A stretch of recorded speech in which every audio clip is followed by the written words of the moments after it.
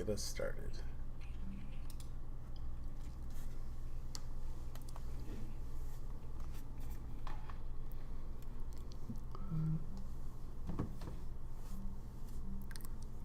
Hello, ladies and gentlemen. Welcome to Minions of the Jus.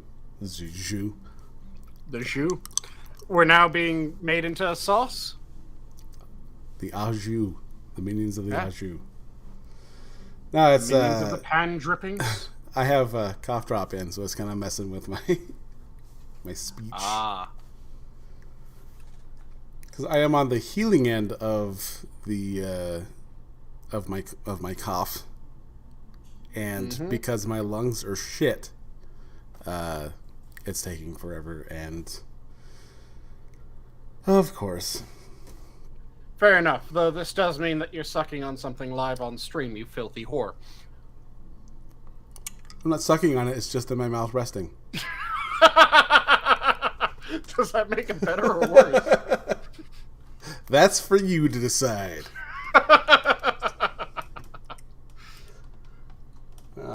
How you doing? I'm doing fairly well, just got my shit sorted out so that I'll actually have a car again come tomorrow, which will be fucking fantastic because I'm running out of meat in my house as of tomorrow night if I use up the last meat then. By the way, would you like if I toss the link to one other person who is available tonight, it seems? By all means. Okay. Let me quickly shoot that off to them. The lozenge is marinating. That's nice. Fantastic. So no, this is the first Minions show of possibly many to be hosted from my living room. The epicenter of my familial area. And it is weird because no one is actually here. My wife and my stepdaughter are in our bedroom watching some Korean show, and my stepson is in his room practicing his guitar. Which Korean show? I don't know. They were watching. It was called Black. A while back. Not familiar with that one. It's so weird. I there's no way to really explain that show because it starts off with like this sort of a supernatural guy becomes the guy's a Grim Reaper, and he's like he's renowned and he's known as this cold and calculated, like he'll do anything to get the job done type. And he stumbles upon this body because he lost. I don't know if it's due to like a Korean mythology or anything, but anyone who commits suicide has to become a Reaper and assist actual Reapers while they're performing their duties. And so this guy, because he committed suicide and then he felt bad that he left his mom behind, so he stole a body and escaped from. They go by numbers. His number is 444. Or which I know that in Japanese that is very close to death. Korean I'm not sure of, but I think that's also very close to death in Chinese. So I wouldn't be surprised if it's very close to death in four in Japanese is shi or yon. Yep. And I know that because of Duolingo. Yep. And Duolingo and Baby Metal. I know that. So there's that. Whereas 4 in Mandarin is because it's yi a san si wo liu qi ba jiu shi. And is very close to the word for death. So in traditional and in Taiwanese tradition, the unlucky number is 4. In Japan, the unlucky number is also 4, if I remember correctly. In mainland China, because Mao was trying to destroy Chinese culture, as it was known at the time, because he viewed Chinese traditional culture as an enemy to the revolution, he decided that he would remake it so that the lucky number was 8, and 4 was a secondary lucky number because 4 was half of 8. Well, and isn't 2 considered a good number? And then 2 of 4 is not. Yep. Is also good because it's not 4 by itself. Yep. Yeah, he went for 8 was a lucky number. 2 is a lucky number in a lot of Asian cultures, if I remember correctly. And then he made 4 a lucky number in mainland China because he dictated it to be such. Whereas, like I said, in Taiwan, Japan, and a number of other areas, 4 is treated kind of like our 13. Mm-hmm. So there are places that will skip the 4th floor, just like we skipped the 13th floor. Well, normally skip the 13th floor. There are exceptions. There are places that now have a 13th floor, but we know what the 13th floor is. Yeah. Most of the time, it's the maintenance floor. But yeah, so this guy loses this body of the guy he's supposed to be taking care of. So he ends up stealing a body from someone who gets killed by a sniper, who's a police officer. And like this huge spider web of like coincidences happens ever since. Mm-hmm. And so it's he tries to leave the body because he's like, all right, that's it, I'm done, I gotta get out of here. But he can't leave the body, so now he is fucked. He's like, I gotta find this guy, and I gotta do all this stuff. And then he meets a girl who coincidentally is a childhood friend of his. And then that turns into a whole thing. So you got the supernatural part where he's the Grim Reaper and he's hunting after another body. And then you have the romance aspect where it's the girl who... It's his second chance with the girl. Well... Right? No. Or was it never romantic before? Well, they kind of have this will they, won't they, because he's... well, and because of the body he stole, it's from a guy who...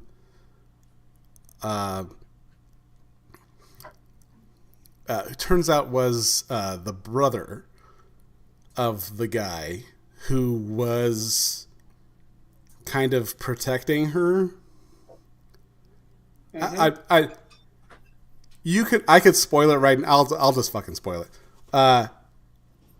I'm so confused by this show that I don't even know if I could spill the entire thing and still not understand what the fuck's going on with this show.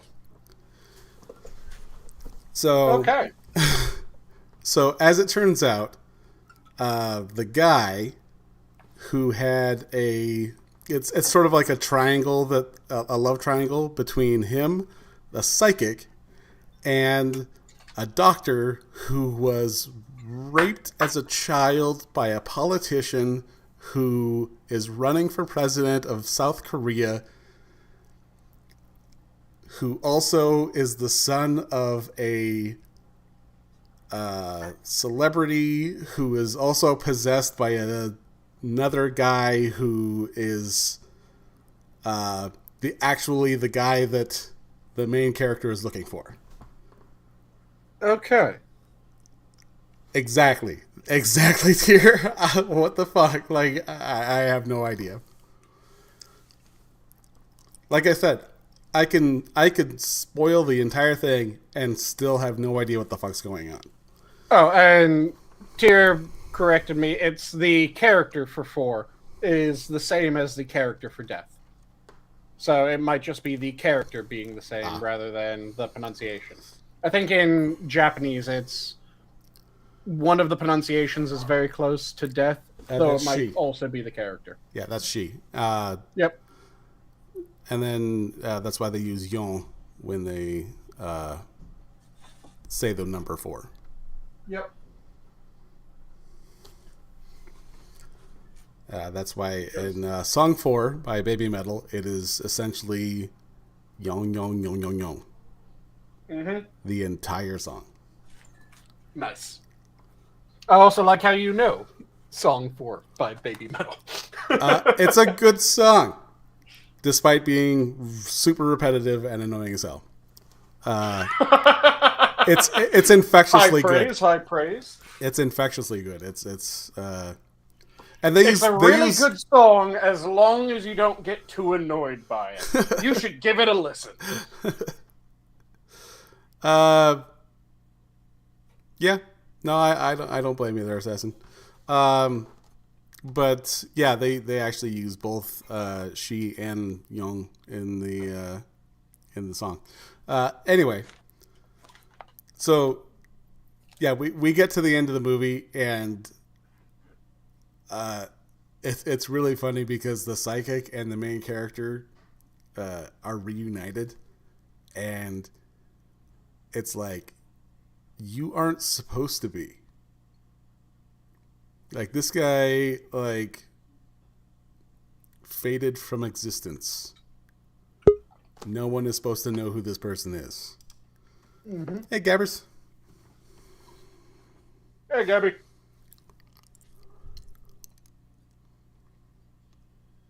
And she is she muted? Is your mic hard muted? Oh, my mic was muted. There we go. I'm smart. SMRT. Isn't that the theme of the show tonight? People are smart. That is.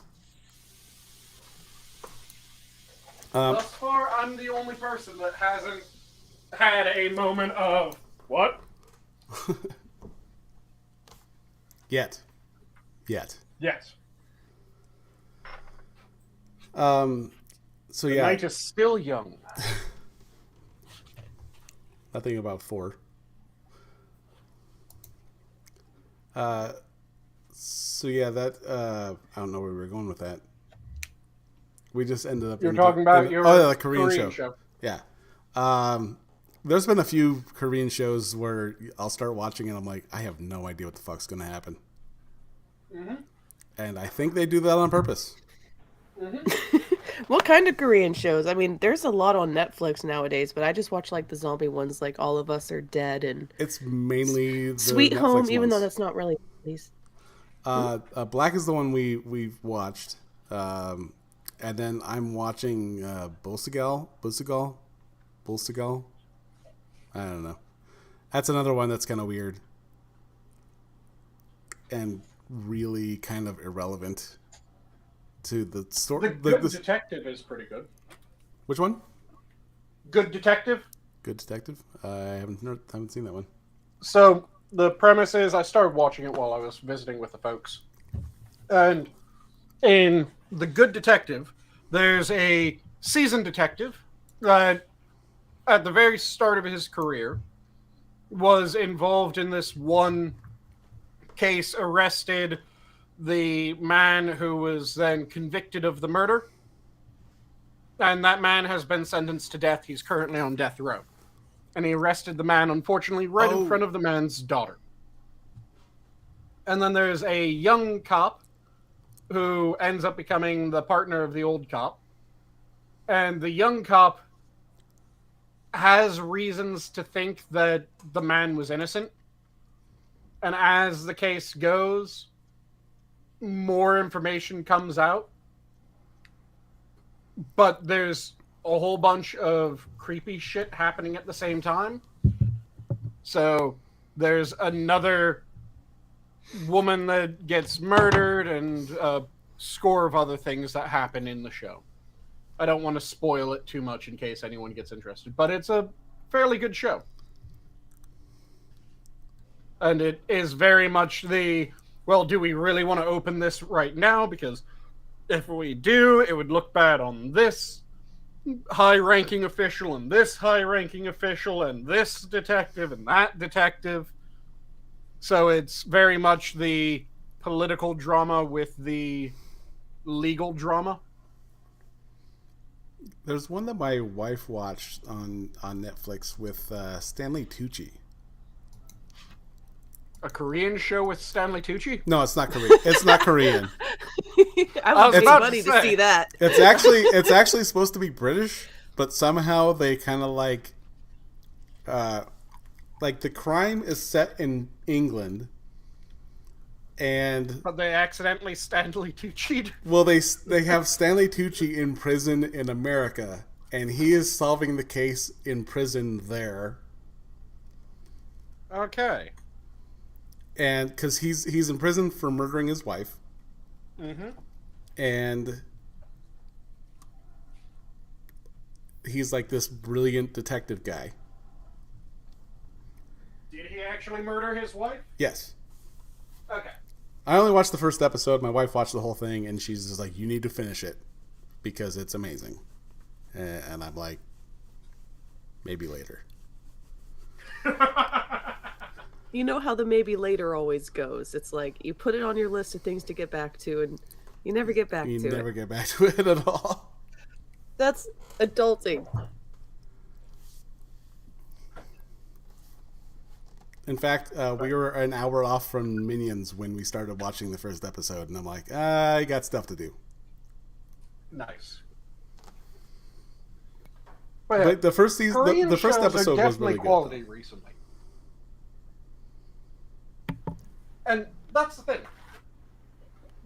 When people go, well, people just aren't as interested in watching things now or reading certain bits of things. Every time, I'm just going bullshit in the back of my mind because people just aren't interested in comics. Why the fuck is everyone interested in manga? Mm-hmm. People just aren't interested in animation. Bitch, anime? People aren't interested in movies. Korean films, Japanese films, Indian films. It's not that people aren't interested, it's people aren't interested in the shit that you're producing. Right, like, we have, like, a quantity now, so we can pick out, like, the cat shit from the good shit. Yeah, and the entire time that I was home visiting with my mom, when I was watching something on Netflix or one of their other streaming things that they have at their house, it was never were two things that were American that I watch that were decent, but they were from earlier in the 2000s. And then it was all Hindu shit, Korean shit, and Japanese shit that I was watching. Because have either of you seen the Bahubali movies? No. So, you know about Bollywood, right? Yes. So Bollywood is the dancing musical side of Hindu movies. Do you guys know about Tollywood? Yes. No. So, I thought it was isn't it called Bollywood?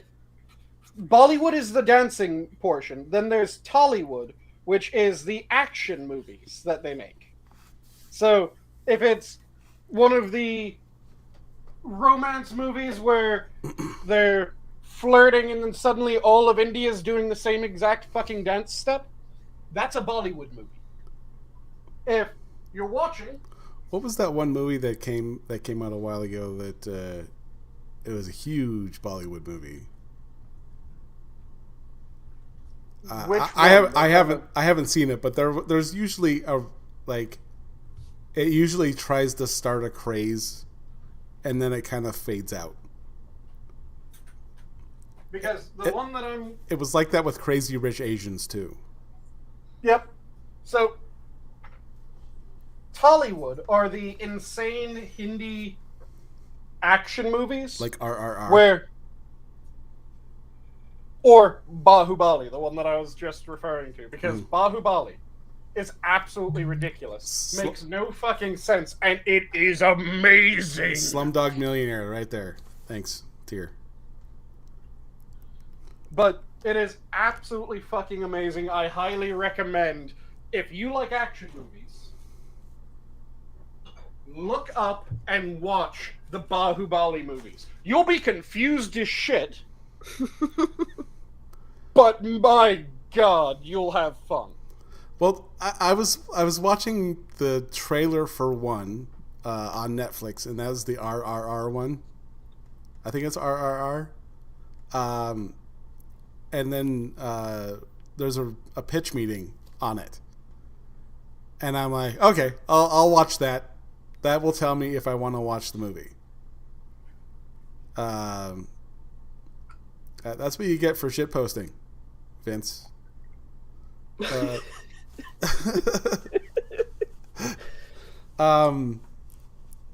Let's see. As soon as he's just like, this guy gets locked in this like tiny little thing for however long, and this guy breaks him out, but he can't walk because his legs are like kind of useless. Yes, Triple R is amazing. Triple R, yeah, that's the one. And he puts him on his shoulders, and they escape from prison. Like, they totem pole as they escape. Yes. And it turns into this massive run and gun. Yes. Yeah, it is amazing. I watched that one. It is, yeah, this like, it's almost like they become one person, but it's like two kids without the trench coat. It is hilarious. And do you know what the best part about that is? They whip everyone's ass. Not just that. The best part about that scene is they fucking earned it. Now, that sounds really strange, saying that they earned a scene where people are totem poling and then fighting through a prison. No. They earned that shit earlier on in the movie. Because as they were doing these two are becoming close friends, they would work out together. One of them had a ridiculous upper body. One of them had a ridiculous lower body. And they would do shit throughout where they were working out. So like the one with the ridiculous upper body at one point has kind of wrapped his legs underneath the arms of the other one and is doing chin-ups while holding the other guy's weight. So they build up that, yeah, this is shit that they do. This guy will do chin-ups while leg locking the motherfucker beneath him. And then it shows a second later where the other dude is just sitting there with the guy on his shoulders and doing squats. And this is what they do to have fun. So they fucking earned this ridiculous goddamn scene of them totem poling because they fucking put it in earlier. And it wasn't out of nowhere. They built it up. Where, this is just what these two fuckers do for shits and giggles. So when they do it in the movie, you're going, oh yeah, they were doing this shit earlier. And then they turn into they were world building. And then they turn into this Megazord to escape this jail. Effectively, yes. Because one of them is a really good shot and is extremely strong upper body. One of them has a ridiculously durable and strong lower body. So the lower body one is doing all the running and kicking. The upper body one is like at one point they're running towards a pole and they're trying to get out of the prison, and there's like a light post with the overhang arm. And the strong upper body guy, as the fast guy, with the strong legs is running, reaches up, grabs onto it, then throws them with just like swinging to toss them up onto the wall, succeeds, and as he's doing that, he had 2 rifles that he picked up earlier. He dropped them into the hands of the lower guy, who all he does is he just cocks the weapons, tosses them back up to the guy once they're on the wall. The top guy catches them, fires off both rifles, drops them down. The guy beneath again cocks the rifles, tosses them back up. It is absolutely fucking insane and goddamn glorious. I goddamn love that fucking movie.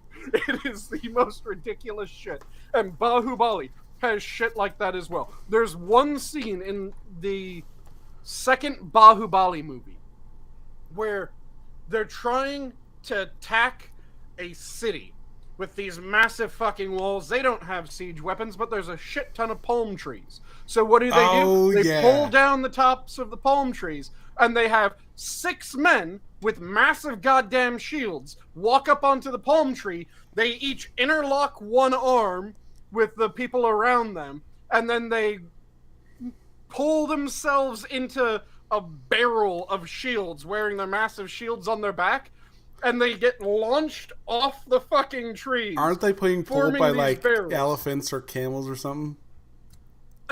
So they pull down the trees with elephants. Elephants, that's right. They get launched, and it's just these 6 men with fucking shields on their back that then go flying through the air as the defenders are trying to shoot them with arrows, but they have the shields, so none of the arrows find their mark. And then these people crash through like a section of the wall, and then hit the ground, and they jump up. Like, it's just like, haha, fuck you. Physics be damned. It is the most over-the-top, what the fuck war scene from fucking anything. And it is glorious for it. It is this cartoony bullshit that you're just going, fuck yeah. Also, one of the glorious things about Hindu movies is the goddamn mustaches. There was one movie that I watched where it was a cop movie. There was one character that didn't have a mustache, and he was made fun of for not being able to grow a mustache at one point.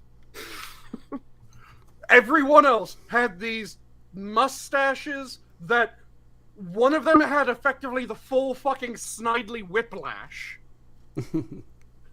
One of them had a mustache that would put goddamn Burt Reynolds to shame.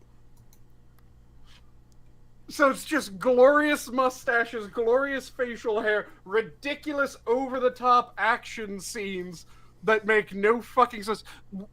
So the one with the cops, one of the cops, the one with the Snidely Whiplash mustache, has these pair of sunglasses, and he first shows up into the movie. This is his first scene that he's in the entire fucking movie. He shows up when he is called in by one of the other characters to take out this terrorist cell in this one location. So he crashes through the wall, riding on the hood of a police cruiser.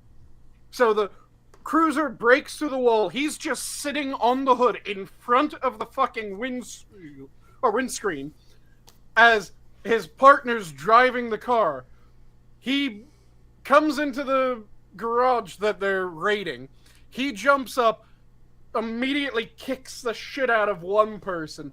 His partner's getting out of the car as he's doing his cool action man pose from just doing this dynamic fucking entry on the hood of a car, just sitting cross-legged. What the fuck was that? He pulls off his sunglasses and flicks them behind them as his partner's getting out of the car. And he's just like this, haha, I'm a fucking badass pose. His partner gets out and does a pose like, oh my god, look how amazing this guy is, as the sunglasses land on his fucking face. It is the most ridiculous, over-the-top, fuck yes, I don't care that it doesn't make any sense, give me the goddamn popcorn and I have a fucking rager watching this testosterone. Just what the fuck insanity. And people don't understand amazing. there is a market behind that. Oh yeah. There's a massive market. There are movies that you want to watch and you want to think about the entire time. Those movies absolutely exist. They're really good if done well. There's a classic movie where throughout the entire movie, it's two guys talking while playing chess. The actual story of the movie, though, is one of the guys that's playing chess is the fucking devil. So it's a devil and a Christian knight playing a game of chess as they talk. And the devil's trying to effectively corrupt and seduce the Christian knight. And the Christian knight is just dealing with all the shit that he had seen before. And it is fantastic. It is one of those movies that if you want a movie that you will think and you will have to think throughout the entire fucking thing, yeah, that movie, really good. Because it is this deep, dialogue-driven drama. Sometimes you want goddamn Bahubali or Triple R, where there is no thought. Fuck thinking. You're just going, this is goddamn amazing. This is ridiculous testosterone-driven bullshit, and I goddamn love it. Yeah.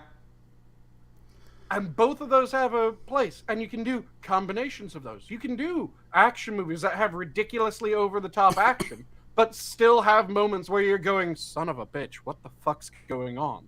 And you're having to actually think through it in order to realize what all the implications lead to. Those work. The problem is that with a lot of Hollywood now, you don't get either of those done well. You get bullshit in its place. Well, you get poorly written bullshit. And it's not even poorly written bullshit that's fucking awesome, and it's bullshit most of the time. It's just poorly written bullshit. Well, and then that's like Tyr and Rotten watched Nope last earlier this week, and they did a stream about that. And I remember essentially racist being bullshit about the movie. Mm-hmm. And I think I was also with Nope and, or not Nope, but Us, or was it Them, whichever one that was. But it's, you know, people not in the movie talking shit about the movie. Yep. And not, you know, no, fuck them. They don't know what the fuck they're talking about. Yeah. But yeah, it's kind of like when you hear woke white people say, well, the Boondocks is really offensive. Fuck you. The Boondocks is fucking hilarious. Yeah. But yeah, the movie wasn't actually that bad. But I read the Wikipedia while I jumped in, because I have no idea where I'm at. But the scene that I watched was like, I think it was a reflection onto I want to Stephen Yeun. He played Glenn on The Walking Dead. His character, when he was a kid, he was a child actor, and he was in this show. He's in the show where it was, white parents. He had I had a sister. It was the Asian adoptee and a monkey. Mm-hmm. And they had this revealing of this present for this monkey, and the balloons came out of this thing, and everyone's like, ah! And the balloons popped, and the monkey lost his fucking mind and beat the shit out of everyone. It killed the lady. and it chased down the father and beat the shit out of him. Mauled the sister, and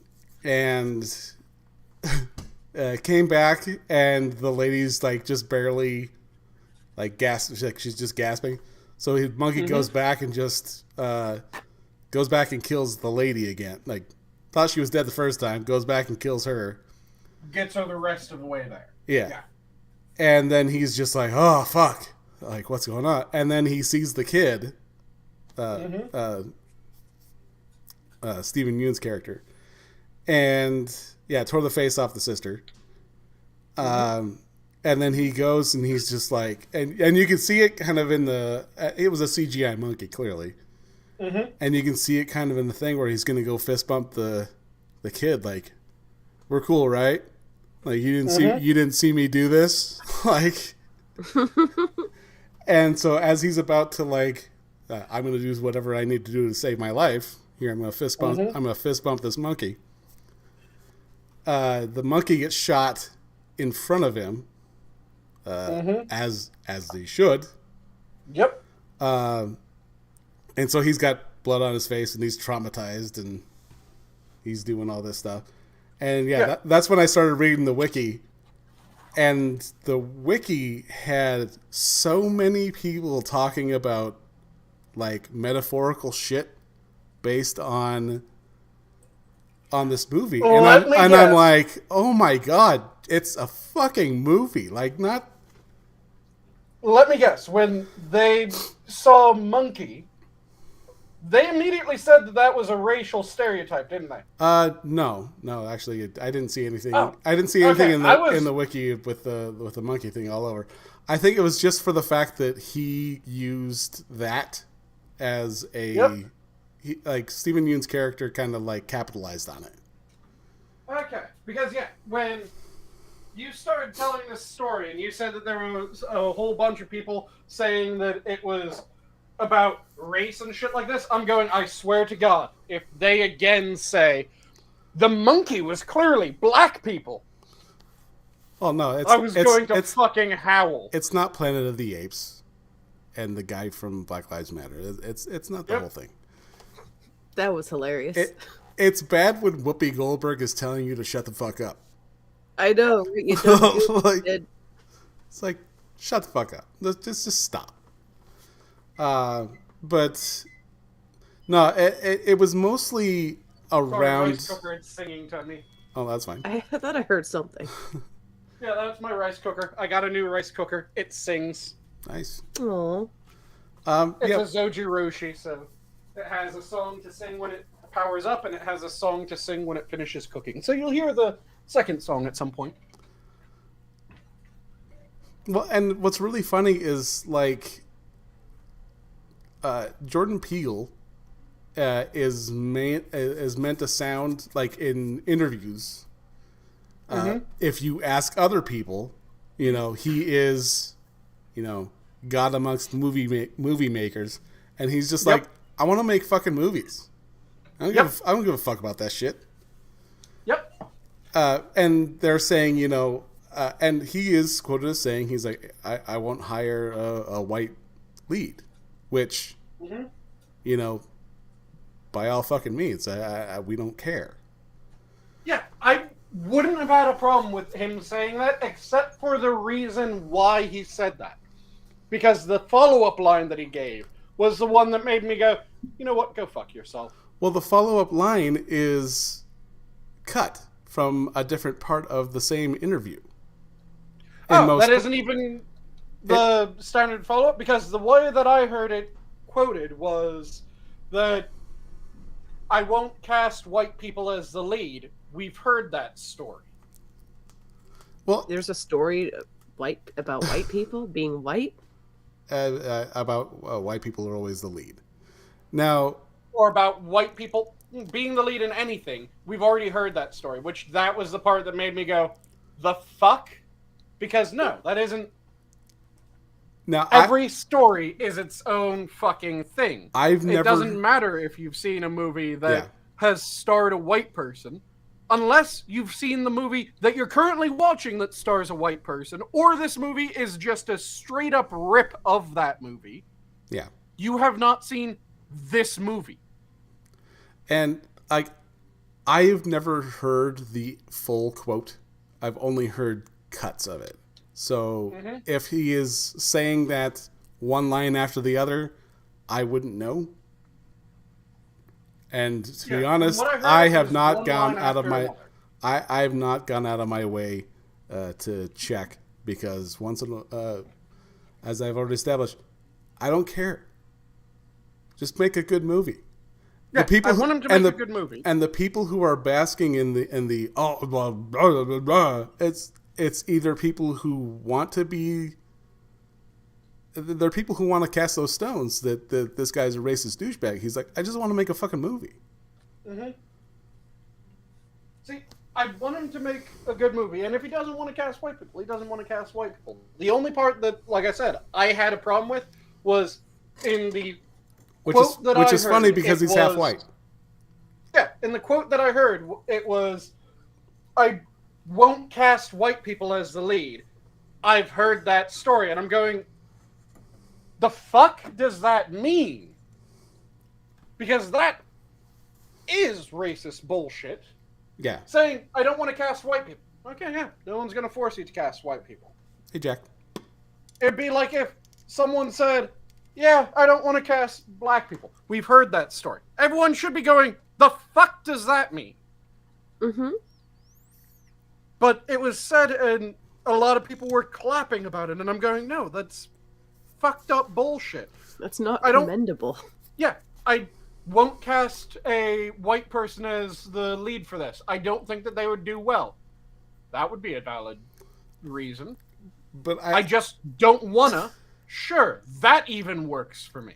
Well, I mean, even then, the context would be important. Like, is this like a historical piece or like something based off of lore from a different culture? Yeah. Yeah. I don't want to cast a white person as Shaka Zulu. Yeah, no shit. You shouldn't cast a white person as Shaka Zulu. Exactly.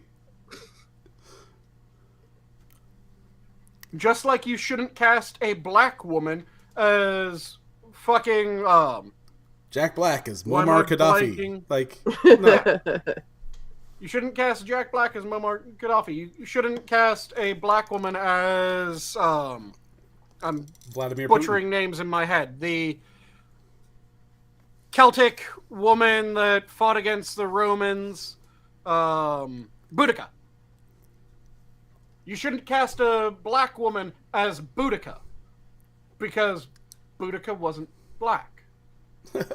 Ryan Reynolds as Shaka Zulu. Yeah. Now, actually, I would cast that shit. That'd be great. If you aren't doing a historical movie and you're just doing something based off of the story of Boudica, yeah, fuck it. Have it be anyone. If you're doing a story based off of Genghis Khan, but it isn't actually Genghis Khan, and you want to have it be a black woman is the character that Genghis Khan, or that you're basing off of Genghis Khan, sure.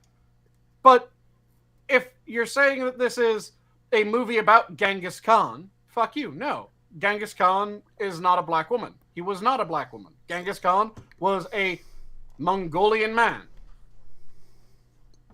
You should be going for someone that, at the very least, looks like they could be a Mongolian man if you're casting historically for a historical movie. Lou Diamond Phillips.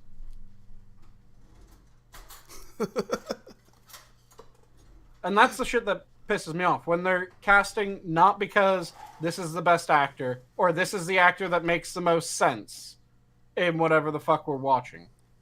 But when they cast just off of horseshit. Now, I could see, like, I don't think there's been anyone who's I've heard of that's really complained about Idris Elba potentially being Bond, even as a rumor. I do have a problem with that for one very specific reason. If Bond is one person, Bond is a Englishman with brown hair and kind of dark eyes most of the time. So when you're casting Bond, you should keep with that continuity. And you should have someone with dark hair, naturally dark hair. They can be dyed lighter every so often, but naturally dark hair. And they should fit with the Bond idea. You can have another spy in the universe of Bond that is a black man, absolutely. But Bond is this very specific English spy. So if you're casting for Bond, make it a man with dark hair and somewhat dark eyes. Because that keeps the consistency. That keeps the lore that we already have about this character. And if they wanted to do, well, Bond is a code name, well, they would have had to set that up. And they did a little bit to set that up in the last Bond movie, but they also fucked it well past that point. Or in Skyfall, they did a little bit in order to try to say, well, Bond is a code name, because they did old bits of Bond gadgetry, and they said, oh yeah, this is from a former agent. But then they had Skyfall, the Bond family manor. Yeah. So what you did was you worked in some amusing little Easter eggs for people that know James Bond movies to go, oh yeah, that was the car from this movie, or that was the gadget from this movie. But you still had it where James Bond, actual name is James Bond. Because his name was James, he was of the Bond family, from the Bond family estate. If you wanted to have it worked in where Bond is a codename, you have to do the legwork, and you have to do the legwork before you do the change. And they haven't done it. The only other time that Bond being a codename was even touched on in any of the movies is from a non-Broccoli Brothers James Bond, which was also the comedy movie, the Casino Royale with Woody Allen, had Bond as a codename.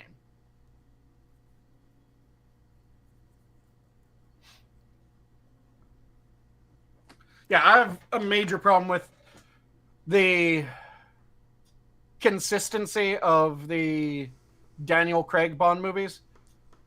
I don't quite completely divorce them, but their timeline makes no fucking sense.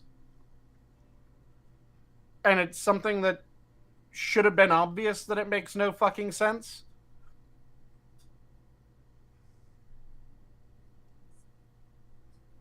And that was something that annoyed the shit out of me, but like I said, it's not quite to the point where I'm going, well, those aren't Bond movies. They just aren't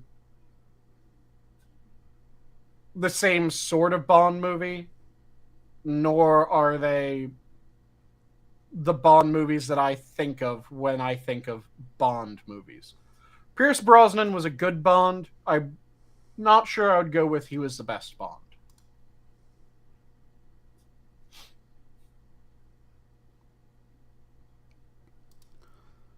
Sean Connery is the quintessential Bond. And From Russia with Love is my favorite of the Bond series. Yeah. And as silly as some of his movies were, I really enjoyed Roger Moore as Bond.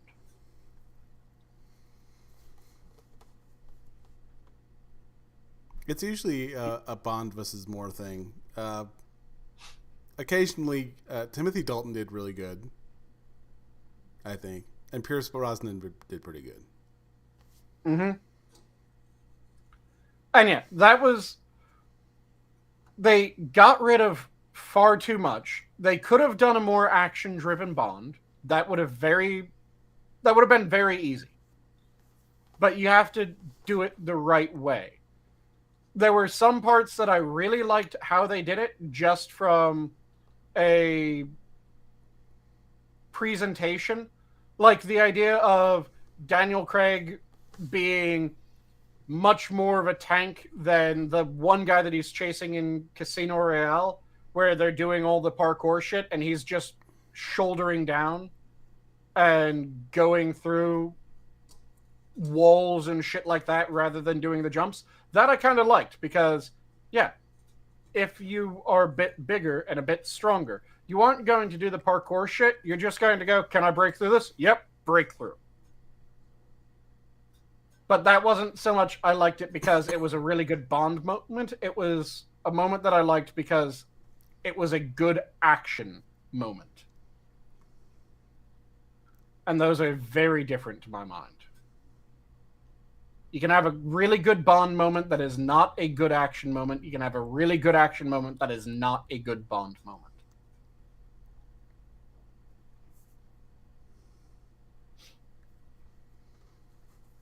Kind of like how one of the most quintessential, yeah, that's Indiana Jones scenes, is not a good action scene.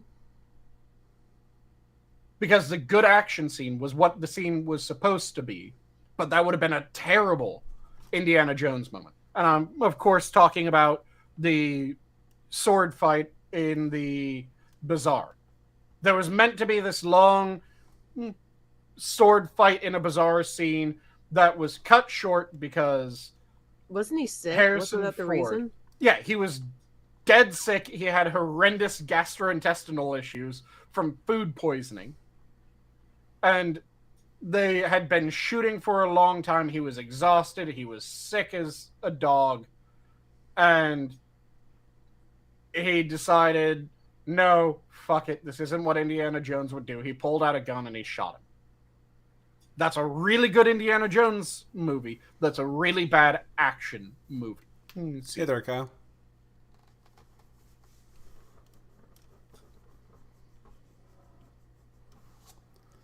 Yeah, like I said, it wasn't the heavily bomb-scarred or heavily burn-scarred bomb maker who could parkour. Yeah, like I said, it was a good action scene. It doesn't make sense necessarily. That part doesn't not make sense. It is possible that someone who's a bomb maker can also parkour. I would have rathered if there was some sort of indication. But that isn't something that broke it by any stretch of the imagination. Like I said, it was a scene that was a good action movie scene, not necessarily a good Bond movie scene. Yeah, they could have played with the gadgets a bit more in the Craig ones. There's a few things that piss me off about the Daniel Craig ones. First off, they didn't really use gadgets that much. Bond is supposed to be fairly gadget heavy. So that's one thing that pissed me off. Another thing was, this is going to sound really minor, but it's a goddamn aesthetic thing. There should always be naked women dancing in the opening credits that are hidden by some means. They can be fire women, they can be water women, they can be ice, they can be silhouettes, they can be made up of feathers. I don't give a shit. There just needs to be naked dancing women in the opening credits in order to get a proper Bond movie. And then the third thing that just absolutely fucking enraged me was they had Q. Now, Q was quintessential Bond. When that actor was alive, that actor died. They should have made it a different designation. That's what they were setting up to do in the Brosnan movies. They were setting it up that Q was retiring, and Q not just was retiring, but his designation was retiring. And they were going to have the designation of R. And R was entirely different than Q. R was not trying to be Q by any stretch of the imagination, because R was fucking John Cleese. Yeah. And they acted entirely different. That was beautiful. I loved that, because Q should have only ever been played by that one actor. Yeah, Q originally meant quartermaster, but the actor that played Q was in the greatest number of Bond movies. Up until he died, he was only not in 2, I think. Yes. Lewin is the... Desmond Lewin. He was Q. It should have been retired when he died. But then they cast someone else as Q. And I'm going, fuck you. No.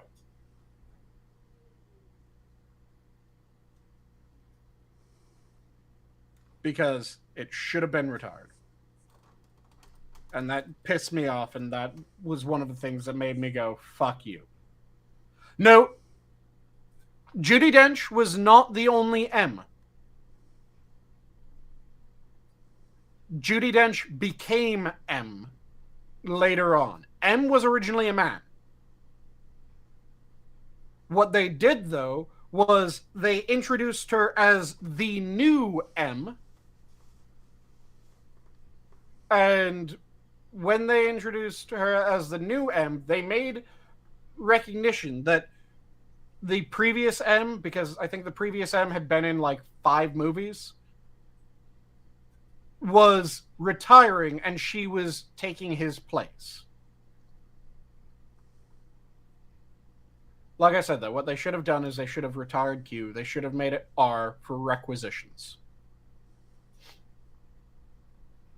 Oh, she is your only M. That's somewhat understandable. I would still say, no, I'm okay with her being the best M to your mind, but there were a lot of other M's. But Q was the only Q.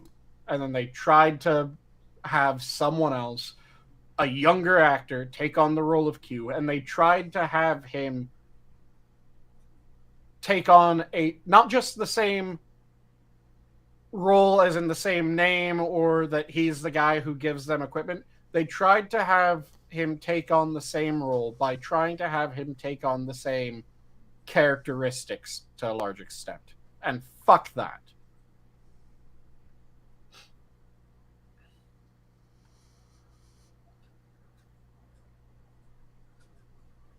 That's the shit that pissed me off about that.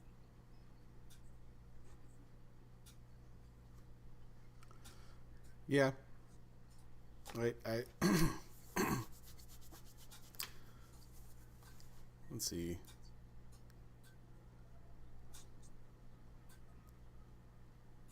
The Moneypenny. The Moneypenny. That's just called her. Yeah. The way that they did Moneypenny in the Craig movies was aggravating. Because Moneypenny was always the person that he flirted with, but never actually did anything with. Yep. Hipster Q was lame, I absolutely agree, and they recycled so much shit.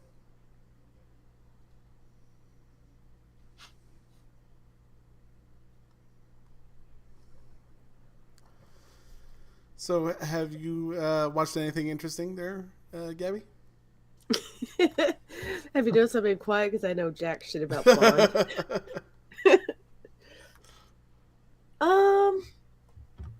No, I just finished Mob Psycho. The last episode ended. Oh, it was so good. It was so good.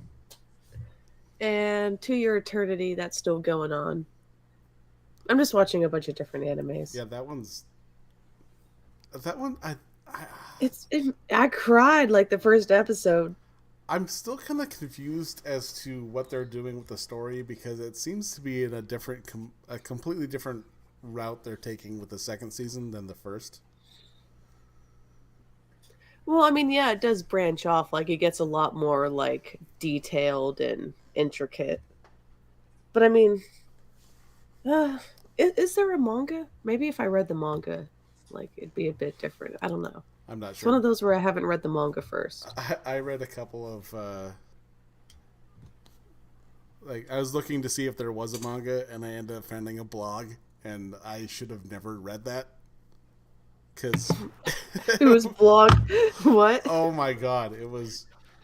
I'm really glad to see they're having him explore his sexuality. It's like that's not even close to what's going on. Like you have. He's not. He's not sexual. Like no, it he's says not at all. It says in the first part of the season, it's like you don't have the bits, man. Like, Well, no. Actually, no. The Black God does say he has functioning reproductive organs.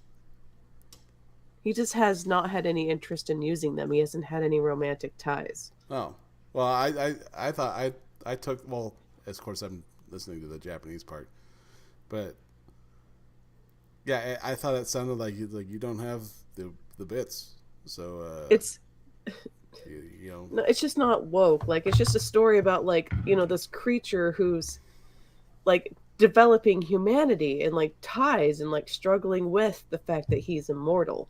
Like it's really tragic because obviously like not only does he have to witness scores of people like come and go, and he can also transform into them as a constant reminder, on top of the fact there are creatures hunting him who can take his friends away quite easily. Yeah, actually, At least the memories of his friends. What was that? I don't remember which one it was, but the one that the one that really impacted me in the first season. And I'm just like, as soon as, because he was just waiting for her to die, and then all of a sudden he just transforms into her and then just starts bawling. Who was he waiting to die? And then I can't remember who it was, but I think it was one of the young ones. But he's just like, ah, shit, she's dead. Like, and then just he's broken about it. Oh, I think that was the older sister of like the little girl who got shot in the chest with the arrow. Yeah.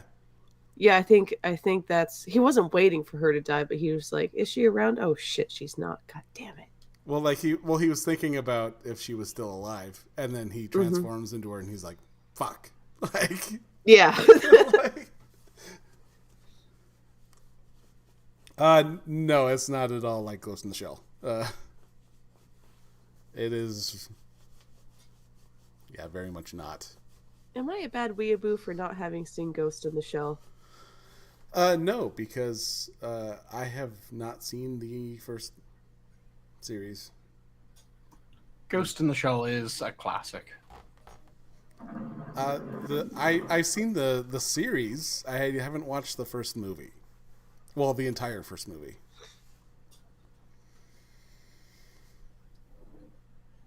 Yeah, I've had a lot of fun with Ghost in the Shell, and it had a really good story. The one thing that pissed me off was, I can't remember whether it was one of the movies or late in the second series, when the one cop, the one member of the party, who the big thing that made him special was he was the only unaltered one of them. So if someone had hacked into all of their optic sensors and changed what they looked like to everyone else, he would see them for who they were. And that was the big thing. And then he had his eyes swapped. Why? To be a little bit better of a shot when he was already a fucking amazing shot. And the whole big thing about it was everyone else was vulnerable to this one thing. They could be hacked.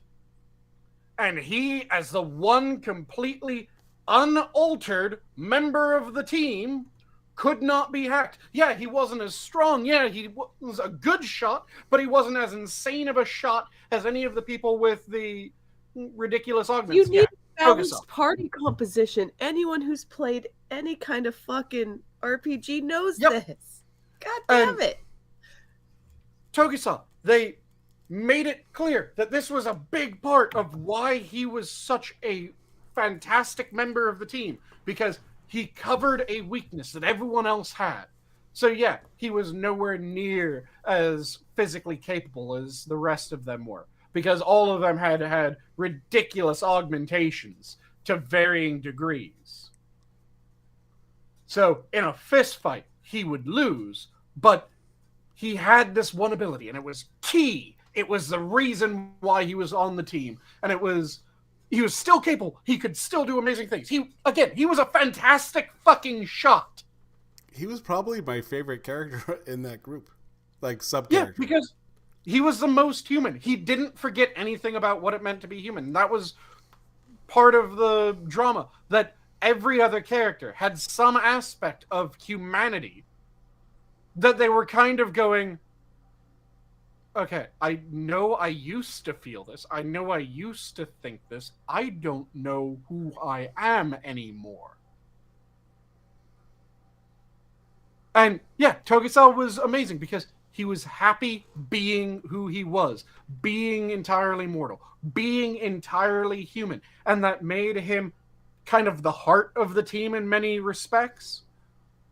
Everyone else, they could switch off to a certain extent when something nasty happened. And some of them were better at it than others. Like, Bato was really fucking good at switching off when he needed to. He was really thoughtful, really wise in some respects, but if he had to kill someone in order to save a bunch of other people,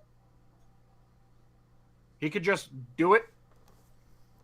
And he wouldn't really regret it. He wouldn't really be torn up about it. Tokusa would have been kind of fucked up about it because Tokusa would be recognizing that he just killed a person. Whereas Bato had the ability to kind of switch off because, whatever. And Bato and the Major both had the ability to turn off pain receptors, which there's a fantastic fight at one point where they're fighting against a member of this one organization and that guy's partner, and they realize partway through the fight, oh shit, they switched off their pain receptors before we did. So they had been trying to subdue each other with pain for a while, and then they realized, oh god, they don't feel any pain right now. Yeah, we can't. And then they had to switch off their pain receptors. And then they went from just trying to incapacitate with pain to mechanically incapacitating each other. And the fight just got so much dirtier and nastier. And it was amazing. But yeah, Tokusa, the fact that they had him change his eyes, that was the one part that pissed me off about Ghost in the Shell. And like I said, I think it was in one of the movies that happened. And I can't remember if they kept it canon throughout the series that happened after it. I think it might have just been in one of the movies, which I hope that's what it was. Because that was so key to his character, that was so key to why he was part of the team. And that was the one moment of, okay, you pulled a Hollywood, you fucking forgot the point of this shit. Because you wanted this bit of drama rather than maintaining true to the character and maintaining true to the world that you had made. Okay, it was the one-off. That makes me happy. That's one thing. Maybe God, after all. Yeah, that's one thing when it comes to anime movies. Some of them are canon anime movies. Some of them are just interesting. What would happen if our characters got into this shit? Some non-canon movies can be good. Like there was a Japanese series of movies if like from Death Note, if L had actually like beat Light. Yeah. Those were good. I actually enjoyed those. Because I actually rage quit Death Note when they killed L. There were a lot of people who didn't like that, and I kind of agree with you on that. Once that, I think it was, I would call it season 3. once season 3 hit, that was kind of like, okay, that's enough. Yeah, it was definitely at its best when it was L. It lost something majorly when it went to Near and Mellow, right? Yeah, the apprentices. Yeah, it was Near and Mellow were the names, if I remember correctly. Yeah. Right? Okay. But I'm not saying that the non-canonical movies are bad by any stretch of the imagination. In fact, I enjoy a lot of the non-canonical anime movies. I'm just saying that there's some of them where they take that a little bit too far. The Togusa's eyes getting swapped is my best example of, okay, it's non-canon, so it doesn't damage anything, but at the same time, you damage this character within it. Whereas a good non-canonical movie doesn't damage any of the characters within itself or in context. It's just this cool little what if on the side.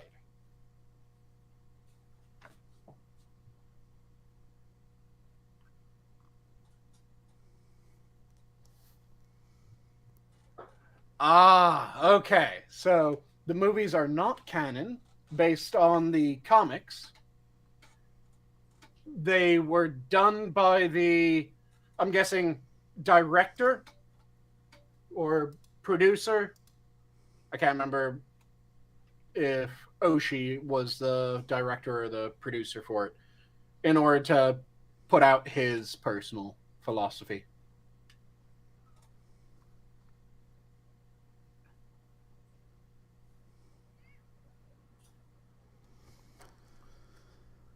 Now, from my understanding, they were supposed to have it sort of a if you use the Death Note, you wouldn't go to heaven nor hell, and so they were kind of, and then like I guess there was an interview with him. He's just like, oh yeah, heaven and hell don't exist in that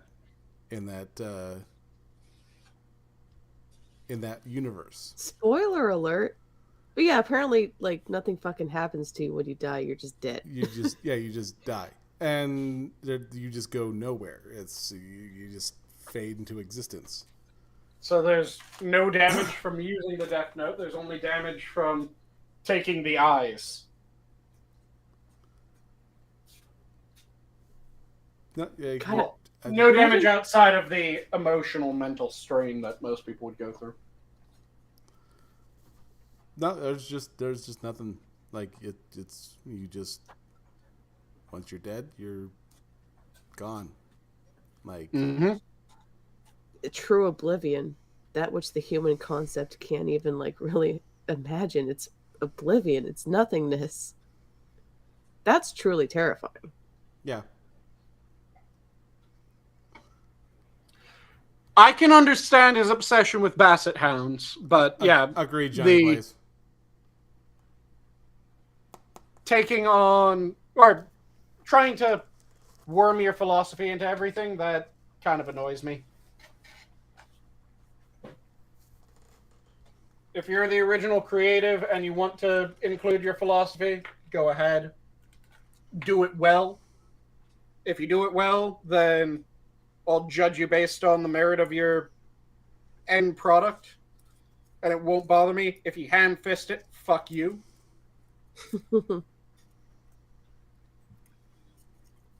Then I'll tear apart your shit.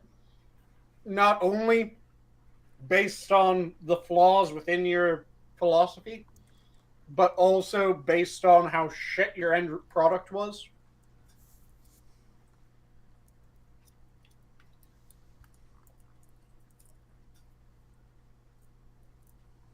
But that happens far too fucking often now. And it's because we've had so many people for so long trying to work away from meritocracy.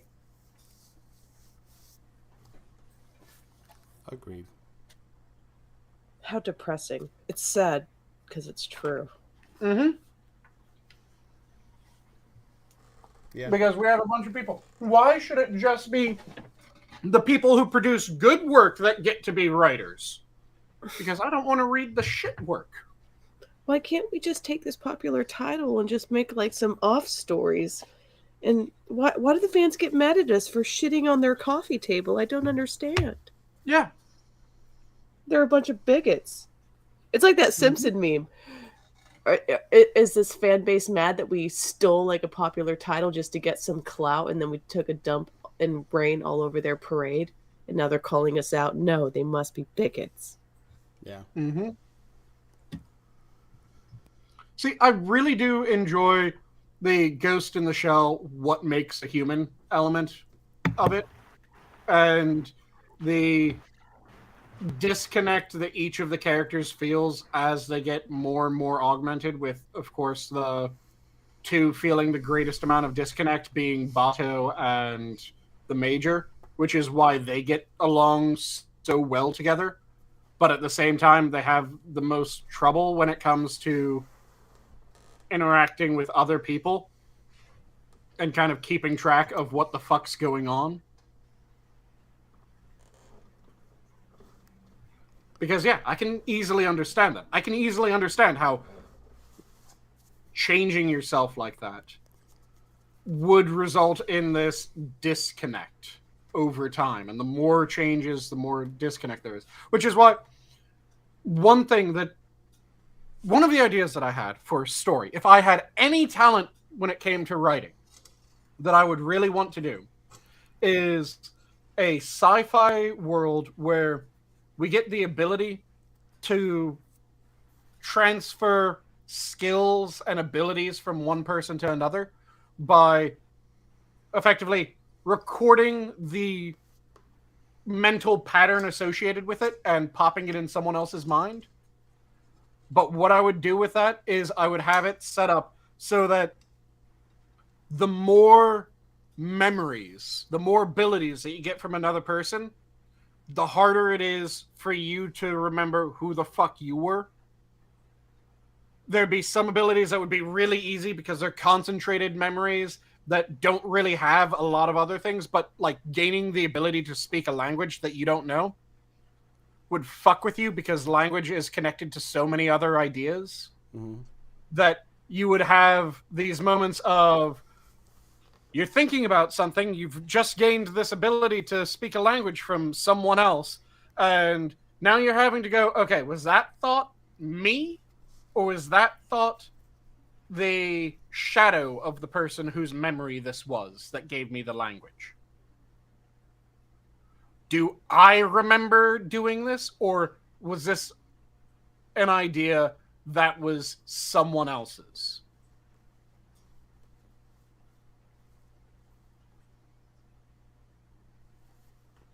Oh yeah, I'm not saying that they had to become sterile, walking, talking mannequins. I'm saying that they still had the most disconnect from the average person, though. And that was because of the augmentation, and they had to consciously try to resist that disconnect. Have you seen anything past Arise? Past Arise? For Ghost in the Shell. I'm trying to remember how far I got. I know I saw Arise came, I think, just before the live action movie. Oh, no, I didn't see that one then. Arise, it almost feels like a reimagining rather than a continuation of a story. Mm-hmm. And so I watched the first couple episodes. And I'm like, nah, I'm good. Like, I don't see where this is going, and I'm good with that. So I'll just end now and call it good. Okay, I'll have to give it a check just to see. And apparently, according to Tyranius, the Giver is something akin to the idea that I was talking about. So I'm going to have to check out that and see what I think of it. Because that would be something that's interesting to me, where in order to, every time that you get an additional ability from someone else, especially the abilities that are tied into far more, or if you get them from someone that has a particularly strong connection to them. Like, if you get musical ability, not from someone who was just, they learned music because they enjoy music, but someone who, unbeknownst to you, the reason why they learned music and why they became so amazing at it was their way of connecting with this family member. So as you're trying to play music, you're getting memories of this family member that you don't have that family member. Because there's just this bleed, and it would have to be this thing where psychedelic Mega Man, where you're constantly having to kind of keep a firm grasp on who you are so that you could determine when these ideas would be from someone else, not you. And also when you have, or you'd have people in this world, in this story, that the entire point of them getting additional thoughts is they're trying, or additional abilities and downloading more information, is they're trying to lose who they are because they hate themselves so much. It would be a way of committing almost digital suicide. Because rather than offing yourself, you just write over yourself so many times that the you that you started with has been drowned out by other people's memories. It's like recording I remember recording on a blank tape like 17 times over. I remember reading the book The Giver, like that was a big thing in schools. But did they not also get the emotions behind those memories, or? Well, that's kind of what I'm talking about as well, where it would be that bleed. It would have to, because I mean, a memory is inherently tied to emotion. From my understanding, yes. From my understanding and memory of it, like it's been a long time since I've even thought about that book. Yeah, it was not one of the ones that I read. So. I know they made a movie and destroyed everything with it, but not surprised about that. Yeah, but yeah, that would be one of the things that if I had any talent writing that I would want to write, because I think that's an interesting idea. And it's again that what makes you you. So you'd have to have that firm grasp on who you are in order to survive as you get more and more external abilities. And the people that are trying to get the abilities to pass on to others, they would constantly be on the look for someone who has the most sterile ability. So you wouldn't necessarily go for the amazing musician who, like I said, did this in order to connect with their grandfather who died, and now every time that they play music, they think about their grandfather and the good times with that. You wouldn't want that person, because that person would be a massive risk of overwrite. You'd want someone who's just good at it, and they don't really have an emotional connection, or they have a very sterile connection to their ability. That would be a hard thing to find and isolate, because, again, emotions are tied to a lot of shit that we do. Yeah. Yep. So you would, and if you can steal that idea and run with it, Tyrannius, any idea that I say like that, I am more interested in the result of that actually being put out than I am in doing it myself, because I don't have the talent when it comes to writing. I'm really good at coming up with interesting ideas for shit, but I can't get my ideas onto paper. So if you hear one of my ideas when it comes to something like that, and you want to run with it, fucking do it. All that I ask is send me a copy if you do. No. remember in high school, I wrote a series of. Well, it was a series of chapter ones, is what it was. I was really into writing at the time. Before I realized it was possible to make it a career. And not go to film school like I had been wanting to afterwards before it became financially infeasible. But I wrote sort of a prologue where it's essentially my friends and I going to it was around the carnival time, so I used that, and my dog had broken from its leash and led me to a fortune teller. And then the fortune teller kind of was like a Twilight Zone type thing. And so we all ended up in this kind of parallel world type thing, of which it was like, it was going to be a bunch of stories that all led us back to getting together as friends, and then our memories would come back, face the bad guy, blah blah blah, someone dies, and happily ever after, minus a dead guy. And I got through at least the chapter once, and everyone liked their characters. I had my friend at the time and his girlfriend. I had them as sort of like this.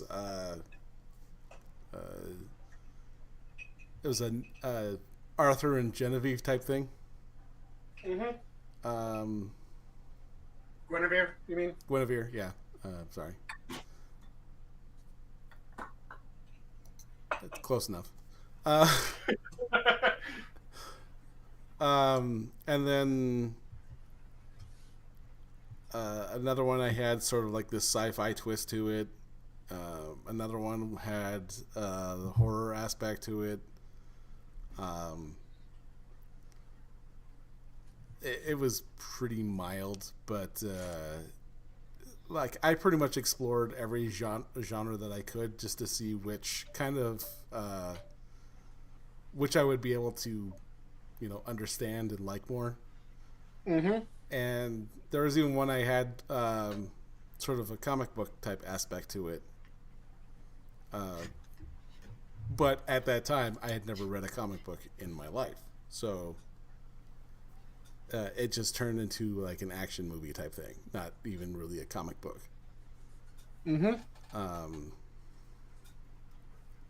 And by that time, it was like I got through the chapter ones, and my friend's interest in it kind of faded, and so my interest in it kind of faded. So.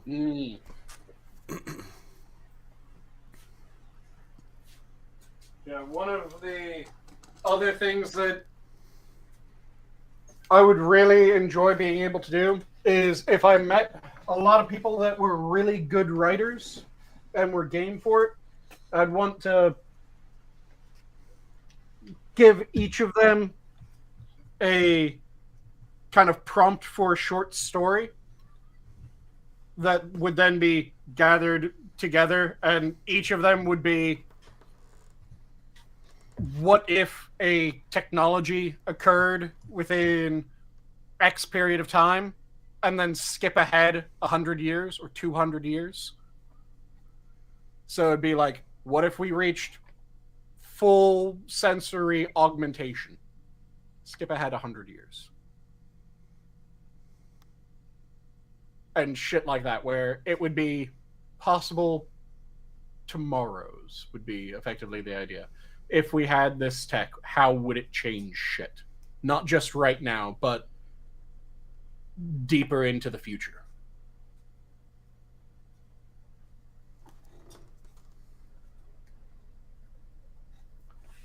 Because I think that would be interesting, seeing the people that had really hopeful views of the future, if shit would come to pass, as well as those that were pessimistic.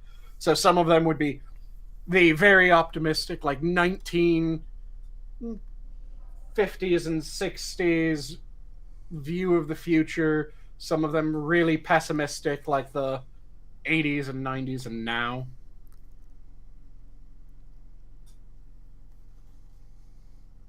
And I've said before, I think that we need to get back to the in the future cartoons and stories, where it isn't just in the future everything sucks, it's a totalitarian world government, fuck you, but where it's in the future life will be made easier by this device or that device or this cool bit of bullshit that we ended up being able to do. Yeah. Well, it's the future's always going to be post-apocalyptic.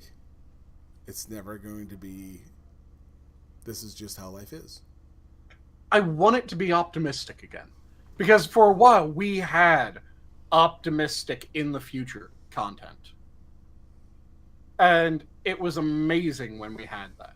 It was at a time when a lot of people were looking forward to what tomorrow would bring. And now we're surprised that everything, when people talk about the future, they're going, well, if we have a future. Yeah, all we ever talk about is it'll be a totalitarian government, it'll be this, it'll be hell, everything's going to shit, everything's breaking down. No, I want optimism.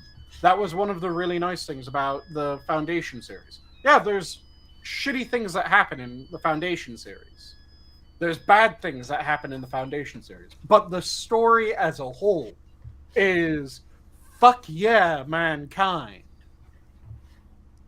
Is it bad that I'm disappointed that your rice cooker doesn't chime with ding ding ding ding ding ding ding ding ding? Yeah, I wonder if you could program it to do that. I'm pretty sure there's other ones that you could program to do that. Yeah, the Zojiroshi has a song when it turns on and it has a song when it finishes cooking. And that was its finishing cooking song. But yeah, I want the optimism. I want the fuck yeah, things are going to be awesome. I don't want the Assassin of the Grey. I want the bottle cap economy over space socialism. Yeah, I don't want it to be space socialism. I want it to be much like how our current times are compared to the past, because we still have a lot of the same problems that the past had. There's no erasing those problems entirely. We can decrease them, but we can't get rid of... We have some people that are violent bastards. There's always going to be some portion of the population that are violent bastards. We can decrease the percent that's violent bastards, but there's always going to be some part, unless we end up completely rewriting the species, at which point humans aren't humans, and getting rid of that violent impulse wouldn't be good to my mind. It's far better to direct that violent impulse in beneficial respects. Because both being a defender as well as a violent criminal require a willingness to do violence. Being the person that defends someone else, you're still doing violence, but you're not doing violence for the sake of violence. You're doing violence for a reason. So it's better to give people a better way of going about the shit that they're going to do anyways. This is why I really like capitalism, because, yeah, there's going to be a certain percent of the population that will do good things, even if it doesn't benefit them. The vast majority of us will do good things if it doesn't overly negatively impact us. it's a minority that will do good things when it is a massive cost. But if we can make it so that the easiest way to get ahead is to do good things, the number of people that would do good things skyrockets. And that's the sort of situation that I want. I want it where we encourage good actions to the point where people are more likely to do good than to do evil. And I want, when you look at modern society, there's a lot of people that think that, well, modern society sucks. Take an honest look at human society, at modern society in the United States. The poorest of us in the United States live better than kings did in the Middle Ages. We went from a society where the mark of wealth was you ate enough that you could get diabetes. You ate enough that you could ate enough rich food. Not just rich ate enough, but you food. also didn't have to work hard enough to burn it off. Fat was like a status symbol. Fat was status. And if you could get gout, my God, you ate rich food and you didn't have to work it off. And that was a kind of mark of status to get gout.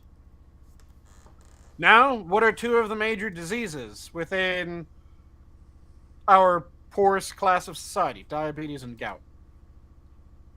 We turn marks of station from being just the wealthiest people were able to get diabetes to now, yeah, we made food so cheap that you can be poor and get diabetes. We used to have it where Poor-beaties. fruit was something that was so hard to get at certain times of year that it was considered a very, very flashy gift to give someone a mandarin orange for Christmas. That used to be a sign that you really spent a lot on that person. And it was a status thing, being able to give someone a mandarin orange. I do not know a person who is so poor they can't buy a mandarin orange in the heart of winter.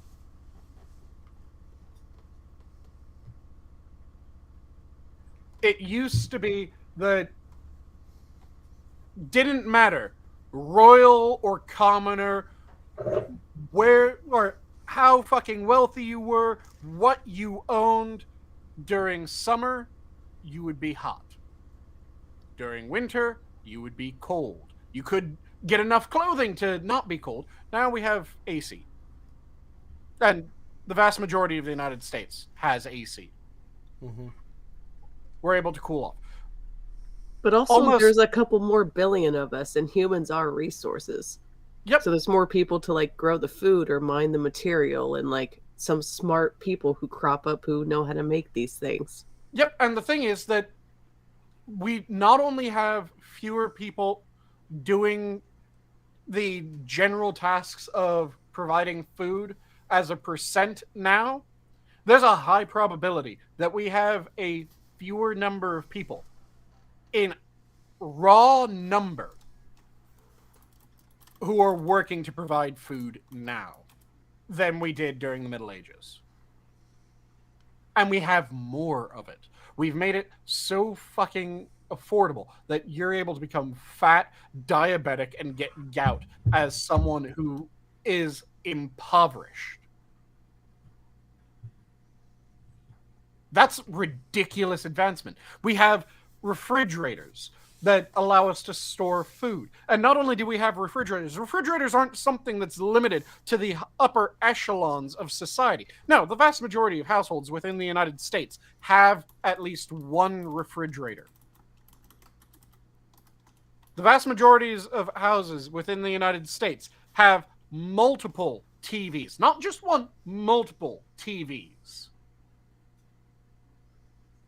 Again, it's because they have become so cheap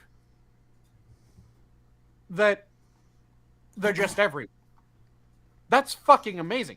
This is something that I talked about a while ago, where a lot of things are so expensive now is just due to inflation. There's one thing that I can think of off the top of my head that has actually gotten more expensive. Everything else has gotten cheaper. So the one thing that I can think of that has actually gotten more expensive is housing. That has gotten objectively more expensive.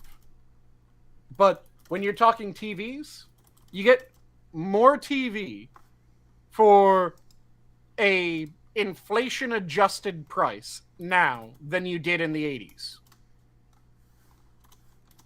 You get more computer for an inflation-adjusted price than you did in the 90s.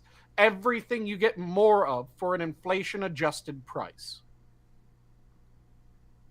It's just hidden because we have fucking idiots in charge of our monetary system that decided, rather than the ideal inflation rate being about 0,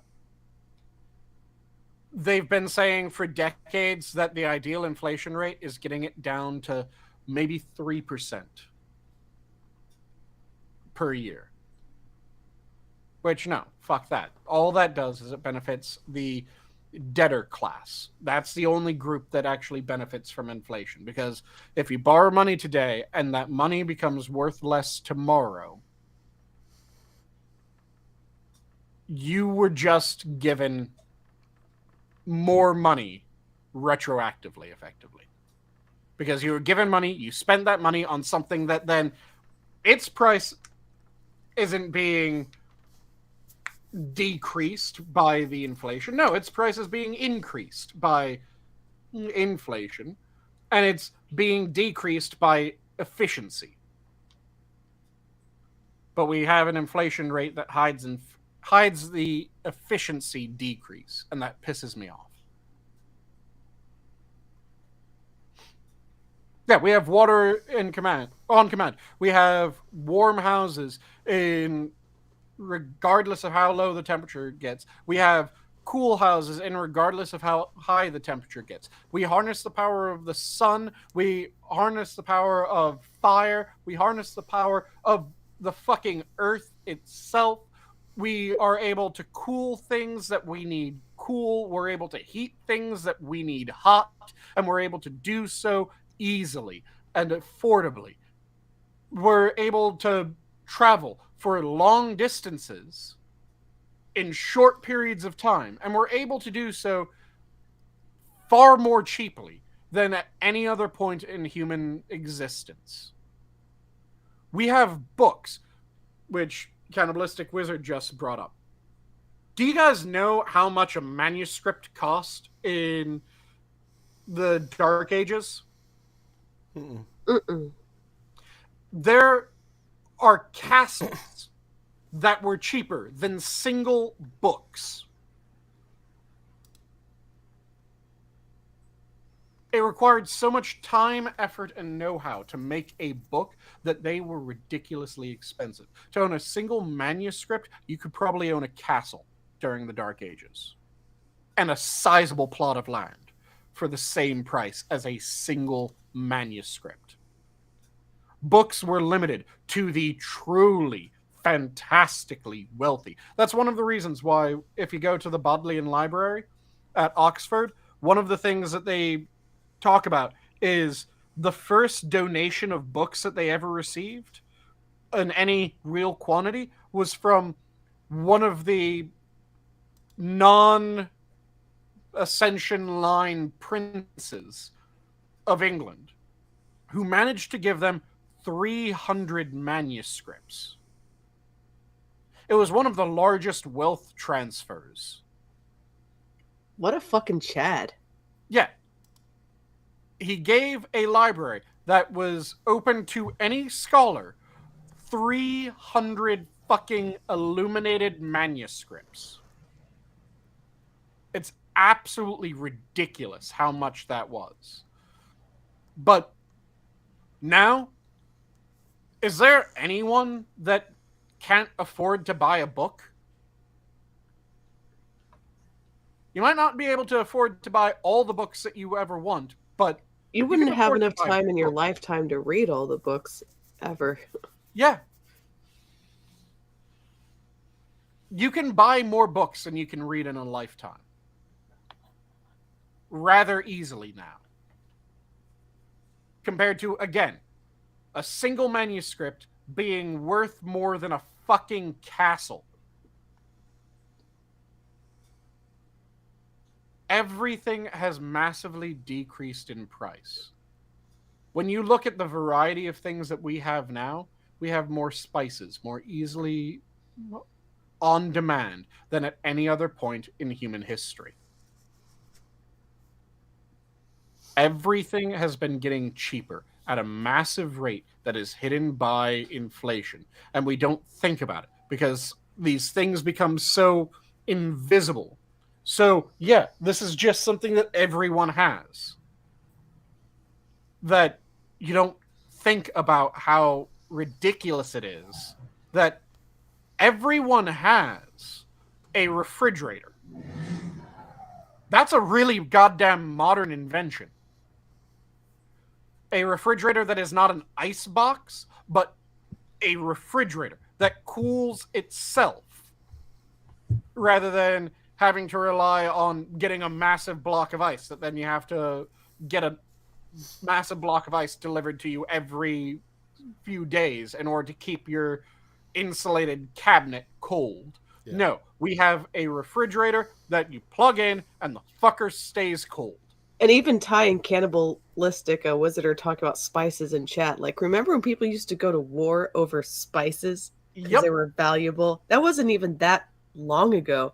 I mean, like, relatively speaking, not too long ago. And it is this constant thing that the amount, even when we're looking at a lot of other things, cars, people complain about, well, cars cost so much more nowadays. That's mainly inflation. And even the amount that it isn't inflation, think about what you get in a car. Look at a car in the 80s, you get a radio, you get seat belts, you get airbags. And by airbags, I mean you get the one airbag in front of you. Now look at a car currently. You get radio, satellite radio, you get a backing camera, you get power windows because, oh yeah, your windows in the 80s, they were all hand crank. You get power windows, you get AC, you get fucking the ability to connect your phone to your car, which, by the way, a car phone, yeah, you could get one of those in the 80s and 90s if you're willing to pay damn near a house for one. Yeah. Now you're just able to get them. You can get a car that your phone connects to really easily nowadays. You have tire sensors that let you know when your tire's going low rather than having to check it manually all the time. You can get all kinds of ridiculous shit in your car now that is just stock equipment. Now, rather than the airbag at the driver's wheel, you have driver's side airbag, passenger side airbag, you have side airbags, you have all these devices. Some of those things were trial and error. Like, they had to develop those things because wouldn't you know, people got hurt and died. Yep. And that's what I'm saying, that we develop new shit constantly. And not only do we develop new shit, but that new shit then becomes cheaper as time goes on. And that's amazing. That's one of the reasons why people were always so optimistic about the future. Because if we've been able to do this shit now, what shit will we get then? My God, it'll be amazing. That's the dream of the future. That's the hope of the future. That's the optimism of the future. And for some fucking reason, we've allowed people to convince ourselves that this is the best that it will ever be. No, the fuck it isn't. It'll improve. we'll get more shit that we're going, how the hell would we ever do that? I mean, think about it. In just our lifetime, VR has become a thing. It's been all over the place. I mean, it's been a thing for a while, though. Now, when a good chunk of us were born, I don't think it was.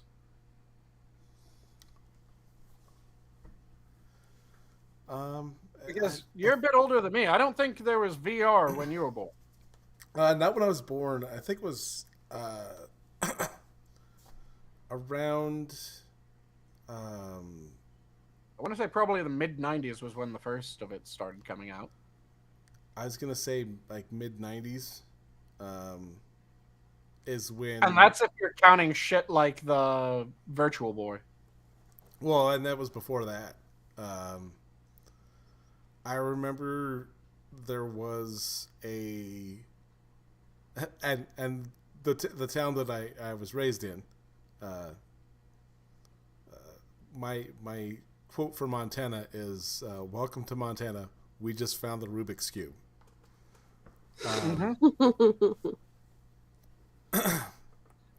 We had there was a shop when I was visiting my dad. There was a shop that had a VR set. Mm-hmm. They're like, "Oh yeah, we got this new thing that's in here," and it was Wolfenstein 3D that we were playing. That I was playing, and it was amazing. And then the next, my mom was taking me in. Had to go to the doctor, and I'm like, "Oh, can we stop by this place? It has this thing." And in the, I think it was 2 weeks that I had been gone, it had broke, and they couldn't afford to replace it. Ouch. So it was gone. like there was, and yeah, I don't think I had ever seen anything in there ever again. I never saw that there ever. And yeah. But yeah, the point still stands that technology is constantly moving on. And we're constantly getting cool shit that we didn't even think was a possibility a decade ago. And the idea that now we know everything and, oh, we know what's going to come. No, the fuck we don't. We should know that we don't know by now. How many times has some asshole said, we've discovered everything that there is to discover? For someone else to come right behind them and go, hey, I just discovered this. Oh, we've made everything that we're able to make. I just made something new. Fuck you. It's a constant thing. It is the heart of humanity, to my mind, that we have this endless creativity that produces all kinds of awesome shit. And again, that is the hope of the future. It isn't that, well, we're going to suddenly make it so that no one murders anymore. No, there's always going to be someone who wants to kill someone else. Yeah, that's what we can do is we can decrease the likelihood of someone wanting to murder. We can make it harder for them to murder. We can make it harder for them to get away with murder. Those are all good things. We're always going to have crime. So any future that they try to get rid of this crime or that crime, yeah, it's going to go dystopian, because the only way that you can try to do that is to go ridiculously authoritarian bullshit.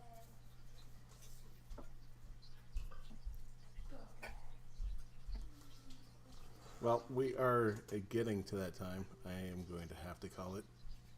Yep. So we'll go with parting thoughts.